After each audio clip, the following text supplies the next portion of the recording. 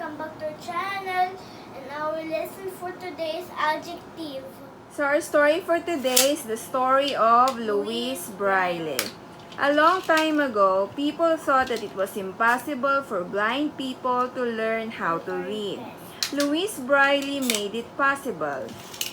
Louis was born in a town near Paris, France in 1809. As a young child, he watched his father make shoes and other leather materials. One day, while his father was working, he picked up a sharp-pointed tool for making holes in leather called an awl. The awl slipped and pierced one of his eyes. However, his other eye also got infected and Louis became completely blind. Blindness did not stop Louis from getting an education. He went to school near his house. At that time, there were no books for blind people. He learned by listening to his teacher. He had friends who helped him and he did well in his studies. He was intelligent, creative. He did not let his disability slow him down. At the age of 10, Louis was sent to a school for blind children in Paris. They used special books. These books had large letters that were raised up. However, the letters were so huge. This made the books large and bulky and very expensive. He read all the books in the school library. He felt each letter. It took time to read each word. By the time he reached the end of a sentence, he had almost forgotten what the beginning was about. Louis decided there must be a better way. One day, a soldier named Charles Barbier visited the school. He talked about a code for reading that he had developed for use on the battlefield. It was a series of raised dots that could be read by feeling in the dark. Written messages needed light, which could give away the soldiers' hiding place to their enemies. Thus, the code was used as a way for officers to send messages to the soldiers on the front without the need for light. Louis Braille realized that blind people could use the same system. He also made some improvements to the codes. When Louis Braille grew up, he became a teacher at the same school he attended as a boy. They used his system. It was not until after his death, however, that his system was widely adopted and used in almost every country in the world. Let's see if you understand. Tell me if it's true or false. Number 1. Louis Braille became blind because of an accident. It's true. His father was a fisherman. It's false. He loved to go to school. Louis or Louis. yes, it's true.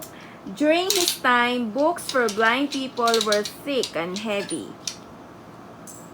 True or false? True. Braille letters are made up of raised dots. True or false? Fiction or non-fiction? Stories that are made up by the writer are called fiction. They do not have to be true. They may mention real places, but the characters and events may not be real. Fairy tales are examples of fiction stories. For example, Cinderella. The story of Louis Braille tells about a real person. The places and events are real. Stories about real people, places, and events are called non-fiction. Non-fiction stories are made up of true information and facts that help to explain something or someone. Okay, Gabelots, tell me if it's fiction or non-fiction. Number 1. Bella is my grandfather's cow. She has blue spots because blue grass is her favorite lunch. It's fiction. Cats make great pets. Cats eat cat food. They also like fish. Cats like to play with small balls, pieces of yarn, and special cat toys that you can buy. It's true. Cat is untrue So, animal. non-fiction. It's not. Okay. Next. A school bus has 4 wheels. It is usually yellow.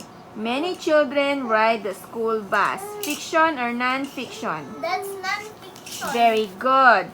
Blue crayon and yellow crayon were always arguing about who should sit beside green crayon.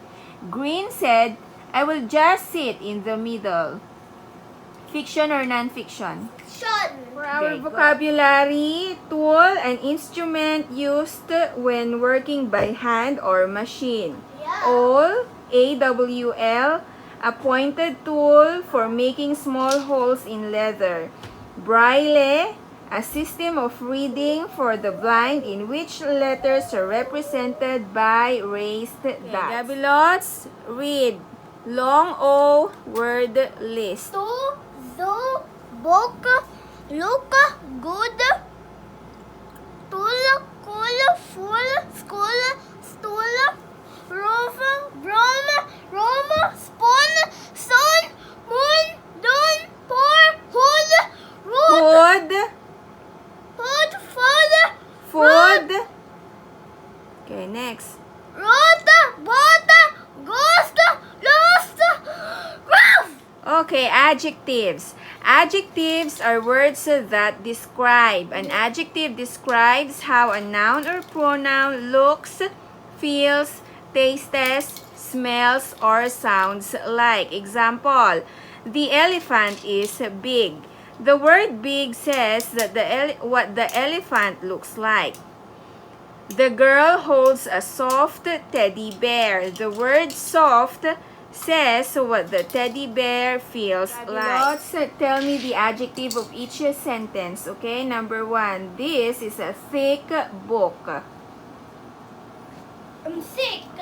Number 2. Louis is a small boy. Small. 3. The shoes are dirty. Dirty. The bag is heavy. Heavy. And lastly, he wears a small hat. Small again. Gabilots, describe a candy. Sweet. Describe a hippopotamus. Big. Describe a leaf. Green. Describe a coffee. Hot. Describe a ball.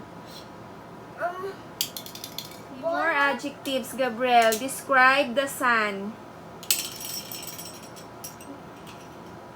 Around. Describe the apple. Apple. Yeah, color. Red. Describe the ice cube. Cold. Cold. Describe the ant. So small. Describe the ragdoll. Doll? Ragdoll, yeah. Hindi toy doll. How does it feel? So soft. That Very is for good. today. Thank you for watching. Bye.